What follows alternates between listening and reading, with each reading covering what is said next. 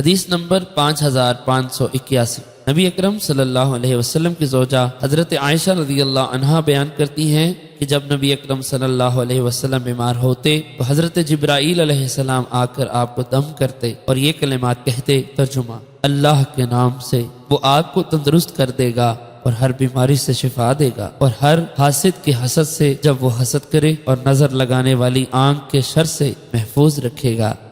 حدیث نمبر 5582، حضرت ابو سعید رضی اللہ عنہ سے مروی ہے کہ حضرت جبرائیل علیہ السلام رسول اکرم صلی اللہ علیہ وسلم کی خدمت میں حاضر ہوئے اور کہا، اے محمد صلی اللہ علیہ وسلم، آپ علیل ہیں؟ فرمایا ہاں۔ تو حضرت جبرائیل علیہ السلام نے آپ کو یوں دم کیا۔ ترجمہ: اللہ کے نام سے آپ کو ہر اس چیز سے دم کرتا ہوں جو آپ کو اذیت پہنچائے، ہر نفس کے شر اور حاسد کی نظر سے دم کرتا ہوں، اللہ آپ کو شفا دے گا۔ میں اللہ کے نام سے آپ کو دم کرتا ہوں۔